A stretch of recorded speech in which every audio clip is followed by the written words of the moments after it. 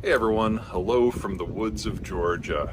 Today I wanted to talk a little bit about the drones that the Russians have started using in the Ukraine war, specifically the ones that are imported from Iran. Now there's three big takeaways here.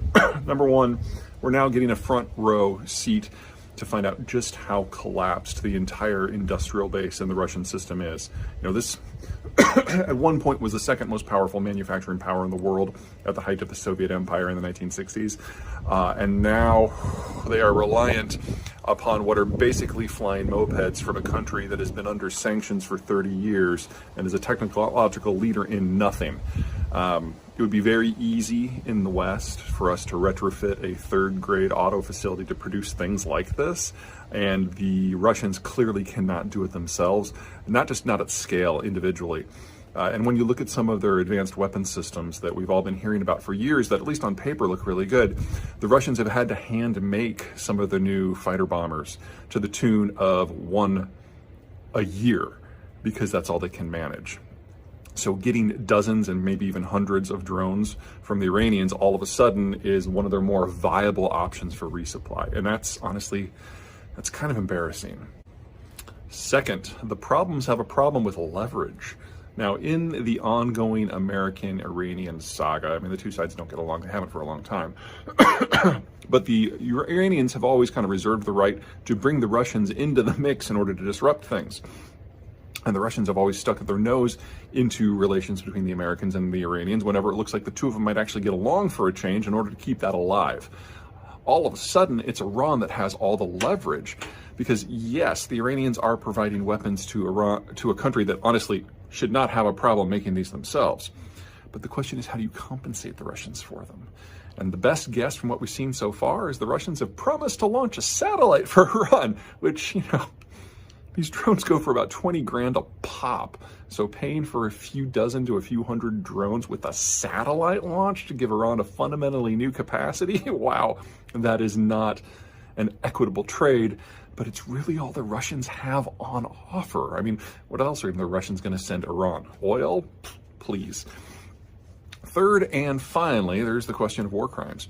Now, the Iranian weapons are not very sophisticated. They can't pick their own targets. They can't dodge. You basically program in some coordinates and they take off.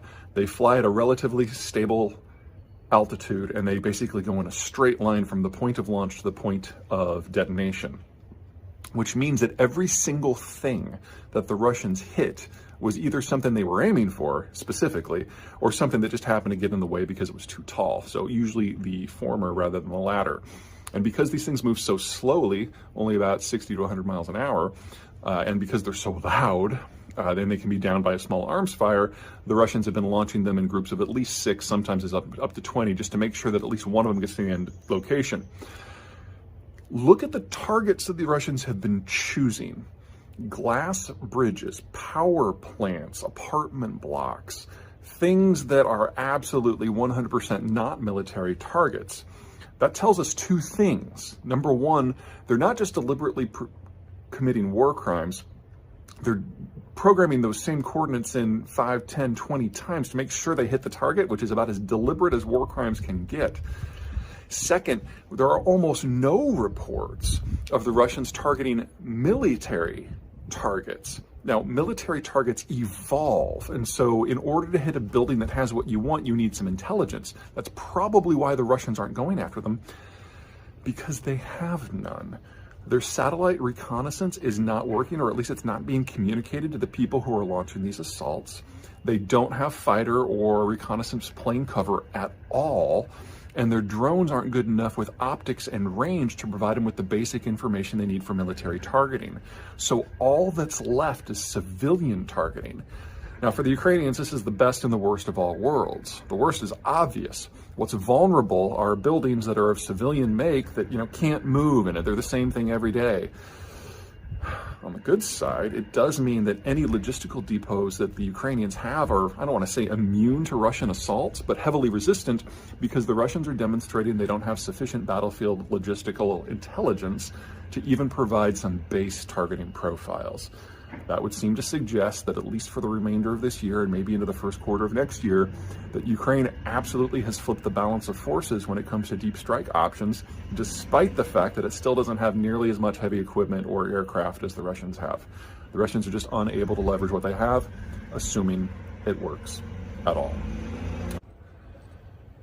For the Ukrainians, this is the best and worst of all worlds. The worst is obvious. Ukrainian buildings don't move. Civilian assets don't move. They don't change day to day. So that's what the Russians are capable of targeting. That's what they're going after.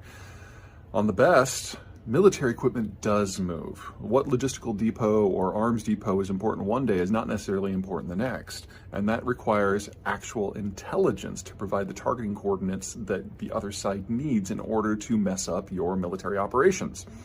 It is clear that the Russians lack the capacity to do that. So even though the Russians still have a lot more men and equipment, with certainly a lot more men on the way, at least for the next few months, the Ukrainians actually have better deep strike capacity because they have eyes on the ground, either directly through their human operations or indirectly through the Americans. And when it comes down to making sure that every shot counts, that's what you need. All right, that's it from me. Until next time.